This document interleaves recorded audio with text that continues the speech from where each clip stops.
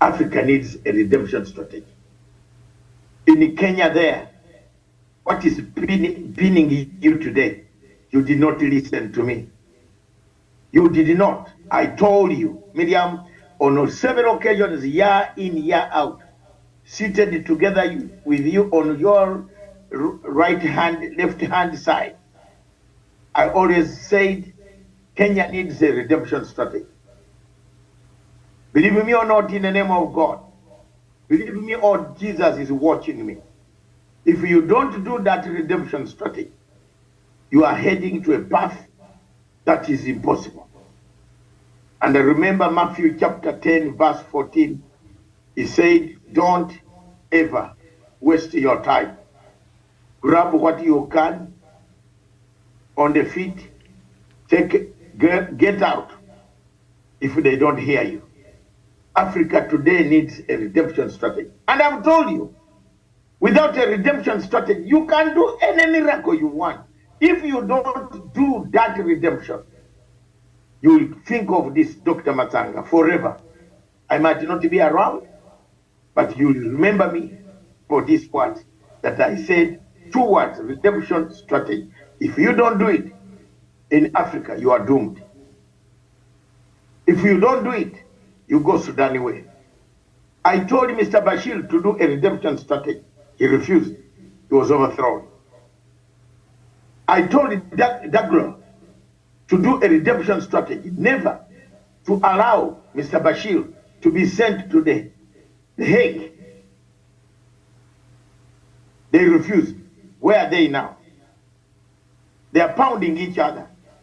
They are destroying the capital city, Khartoum. I told him Mnangagwa, I met him for 4 hours in his office, personally, and I told him, do a redemption strategy. This younger man needs a redemption strategy. He asked me, what is redemption strategy? I said, Your Excellency, it is this, that. It is a reconciliation, accountability, truth-telling, restitution, reparation, and above all, after you get those, if you get accountability, if you get reconciliation, if you get remorsefulness, if you look for alternative methods of justice systems, if you wipe out corruption by accountability, you won't have a conflict after elections. Me or not, you will have what we call healing. We are now going to an election. I think Miriam, he has announced the election day. I've not been following. Did he announce the election day for Zimbabwe? Check it. They should be having an election in June, in July, or between August. July. I think they changed, unless they've changed back to July. They had pushed it to August with no date, but I can check that quickly. Check that one. I told him, you can't do an election again in Zimbabwe if you haven't done a redemption strategy. And I was honest. I'm not lying here. I saw him. I met him. He can't say he didn't see Matanga. And here we are going into an election again. African heads of state, some of them don't listen. Because you are a black man who went to school to study English, you are not recognized. But when a white professor comes in town, Tony Blair, he's recognized. And yet, Tony Blair's degree in Oxford is the same, is not better than Matanga's degree in London Guildhall University. We did the same subjects, the same modules. The same modules. In fact, mine was even harder because as an African, I had to come out and show that I'm capable of passing this exam. But the people listen to Tony Blair than listening to Dr. Matanga in Africa. In fact, they give him more money that he denied them. Giving Dr. Matanga a medal. They can't reward Matanga even a simple medal. But they will call Tony Blair to reward him a medal. And they said the former prime minister come for a medal. But Dr. Matanga cannot be given even a medal.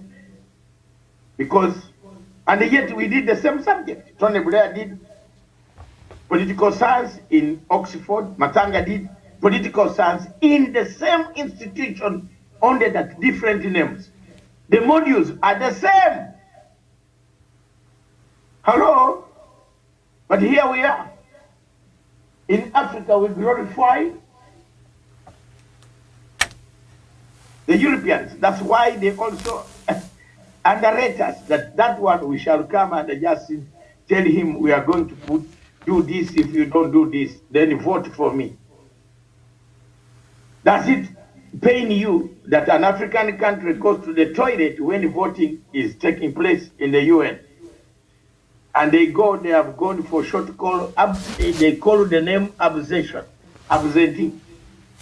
Those who abstain, Africa has the highest number of those who abstain, medium. Because they have been lying quietly, they lie. When the time of reckoning arrives that you must put up your hand, you have to go for a short call. Because what will you say? The man left there as a cleric officer will say, I can't vote on behalf of my ambassador. He hasn't given me mandate to vote. So they will say abstain. So these are some of the things that we must correct. And we must not correct with bitterness. We must not correct by destroying property. We must not correct by having violence. We should correct peacefully. Umesikia? We should correct peacefully by not having violence. People should sit and a redemption strategy needed. Every stage of European history has a redemption strategy. From agricultural revolution to industrial revolution, it was a redemption. You know that? It was a redemption. The industrial revolution created the industry. Instead of selling commodities of human beings, we started selling industries, creating industries for human beings to work in those in those industries. The cotton industry in Manchester, in Liverpool, in those areas, the slaves that were taken, instead of taking the slaves, carrying human beings from Africa, we turned on bringing the human beings that we took their centuries to come and work in the United Kingdom. That's a redemption. To give hope to the new life of the slaves that had settled in the Caribbean. They built railway. You saw the trains in London Underground. Who built them? Who built them? Who carried the concrete? Who carried the cement? Who carried the iron bars? Where did they come from? It's a redemption. It is created as a result of redemption strategy. Any scholar of European history and the British history will tell you that the underground, the cities of London were built. The church that I am an assistant warden was built in 1779. But the concrete still stands. There is no theft of, if you have been given cement to use, you use the whole cement. But Miriam, today if you are building a house, if you are not on site in your area, they will tell you 200 bags of cement. They will use only one, mix it with sand. When you are sleeping, even when you are, what is this thing of night? When you are sleeping, you do what? Oh, making a big noise, like some of us would make a big noise. The bricks start falling. So we have a problem here. Because the cement was not mixed. Corruption. The Africa we want. The journey begins now. And unfortunately, we have a very bad Africa with a very bad African Union. And unfortunately, African Union, the leadership currently does not inspire Africans to contribute to their continent. And unfortunately, Africa The leadership of African Union Commission is just collecting salaries and making decisions being taken to court. The Kenyan man by Dr. Chodro has taken African Union to court. Miriam, you saw that case. It's a landmark case for having badly sent away. Stephen and others can bring you the article, the intelligence reports that I did on South African Union. They are there. I said there was corruption, rampant corruption embedded in African Union Commission, where workers were given jobs on favorism, on nepotism, on tribalism, on country nationality. If you are from a French-speaking country, you get the highest plum job in African Union. The rest, if you are from English-speaking country, you are chased like a dog. And Dr. Chodro was one of those running around that he was in charge of the diaspora. I told him you will be sacked very soon. Now he was sacked, that man from Siaya. He was sacked, I think he's from Siaya, yes. He was a former minister in Kenya. You saw him last week going to sue the chairperson. For the first time in history, African Union is being sued for corruption. Matsanga said it, but because I'm a black doctor, even if someone goes to ask, who is he, where did he can't even explain my brain. He's asking me a level that I cannot match. So, but when they come to giving their medals, because if I don't speak now, Miriam, I might not be speaking again about this issue. You do everything for people. They can't give you even a medal. All the things that you praise, nobody can even think of saying this is an honor for what you have done. Then you expect me to be, yes, stupid man. It's all right. And give an honor. Africa needs to accommodate. Africa needs to learn to appreciate their people. But you call a foreigner, Mr. Tony Blair, and you give him a medal. For an appointment in London, you give Mr. Tony Blair an appointment. First class, this is the man who banned you. Miriam, can you imagine that? This is the man who banned you, who put your country in chaos. And you are happy, smiling because you're a president, you give him even the priority to come to meet you first. It's a redemption strategy. Very good. That's a good one. But begin with those who helped you. Don't begin with those who wanted you to be jailed. Don't begin with those who wanted you brought down. That's why you people, Miriam, you have a problem at the moment. Or you began with people who did not like you. And when you give them everything, you find them not working for you, but going back to their original. Miriam, you remember? Going back to their original setting. They hated Miriam. And now they have reached power where they have free money, which they can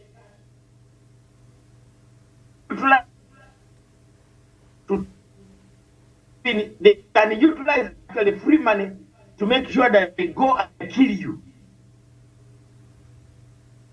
Did you know that? Because in the first you can't have a second life. They haven't redempted.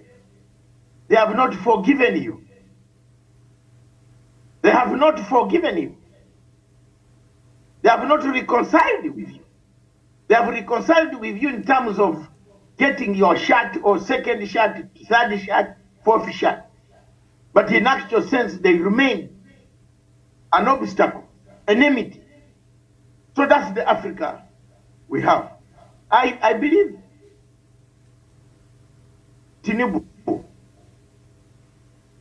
will change some of the methods used by General Buhari.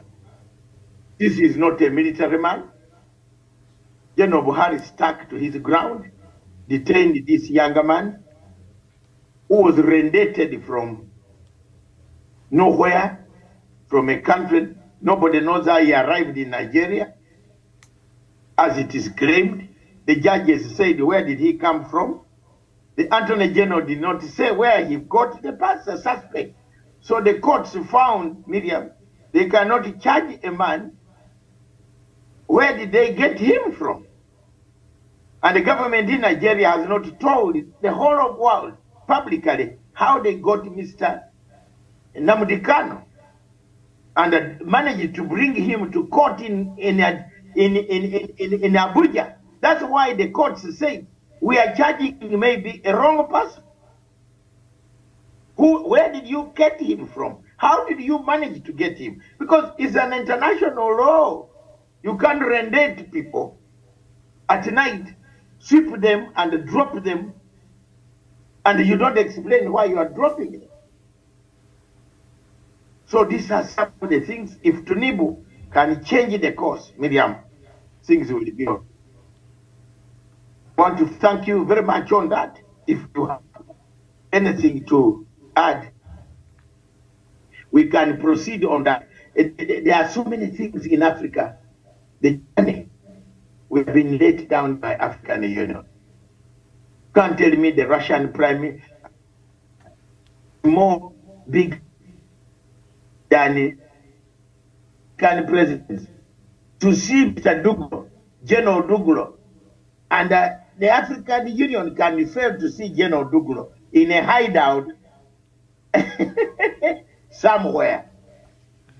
But they've been working together. They're friends. Dagalo has been very close to Russia. Remember, he used to take trips to Russia, and then before we know it, the mercenaries came to Sudan. And so he has very good connections with Russia, actually. But African Union Security Council should also have connections. Why did we create an African Union Security Council then? Well, Russia is a member of the Security Council, so what do we do now? Or the permanent member? Is there a member? Miriam, when you talk about a member of the Security Council, permanent. If you look at the case, because I want to take this opportunity to tell people who have been calling me about my application that I made to the ICC. Please, I want to read Article 13B, and the media, read it there. 13B of the Rome Statute. Open it there. 13B of the Rome Statute. Let's get 5-10 minutes on that. 13B, Article 13B of the Rome Statute. What does it say? Let Miriam read it in proper sober mood. Okay, so under Article 13B of the Rome Statute, the ICC is entitled to exercise jurisdiction over the territory and nationals of states not party to the statute, and that is what that says. 13B. Go ahead, read it there. Let me see.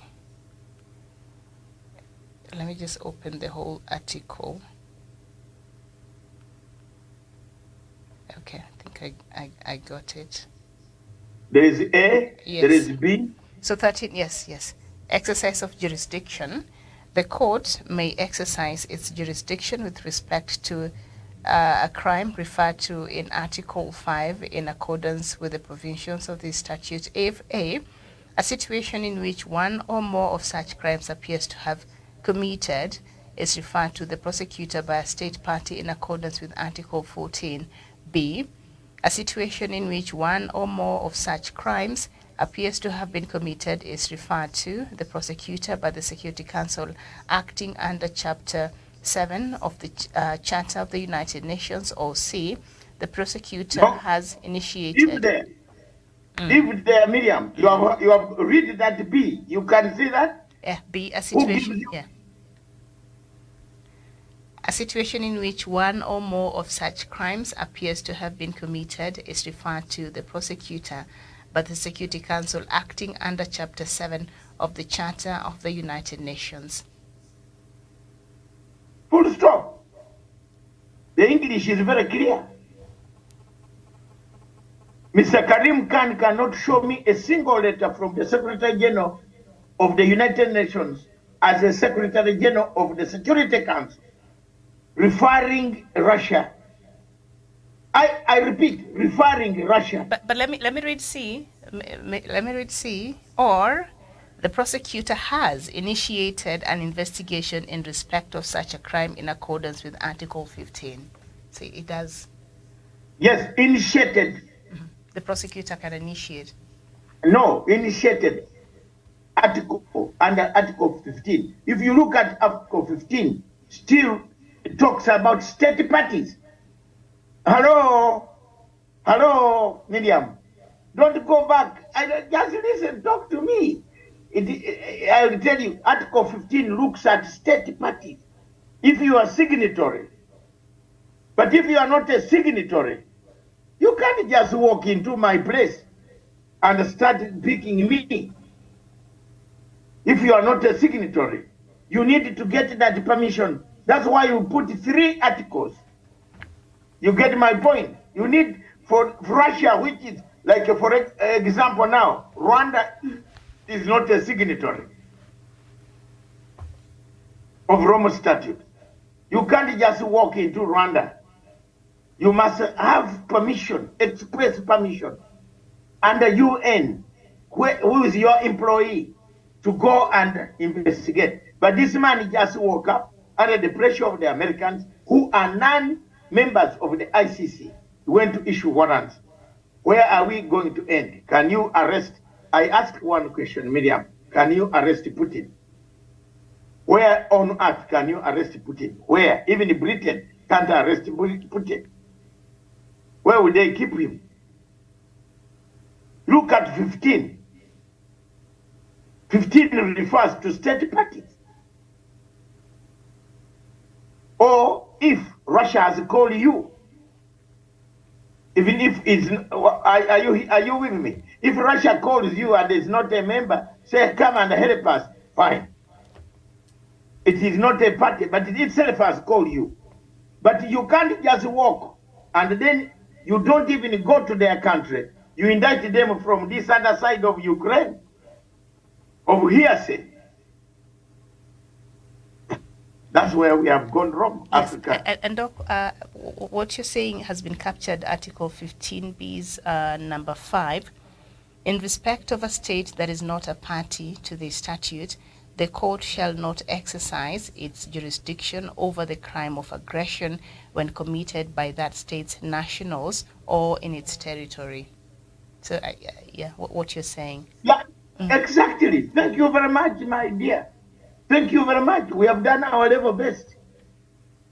And that's why I've struggled and I've gone to court. And I believe, if I'm tomorrow, I'm not a communist.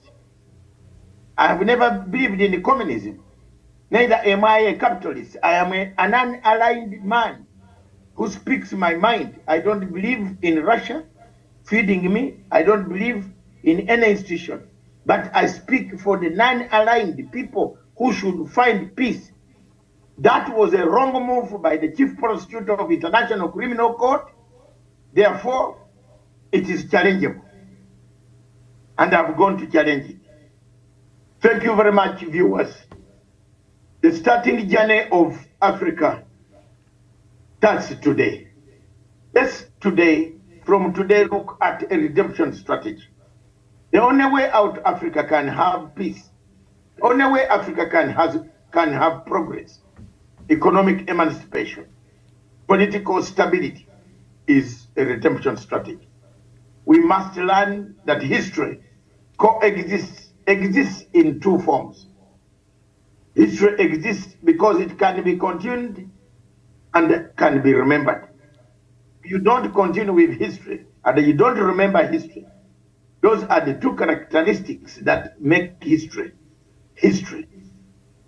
In Africa, we need people to move, to remember what happened, use it to make a better Africa.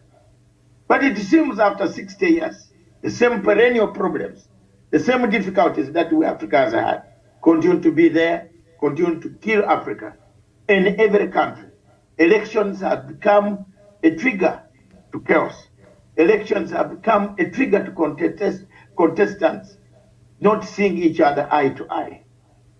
Every African election except South African election is followed by lots of people fighting, killing each other, violence on the streets, burning every property that we have. I believe Africa can do better, and it should be the continent to watch. Thank you very much. We see you again tomorrow at 11 o'clock when I will have another delivery. Thank you. God bless.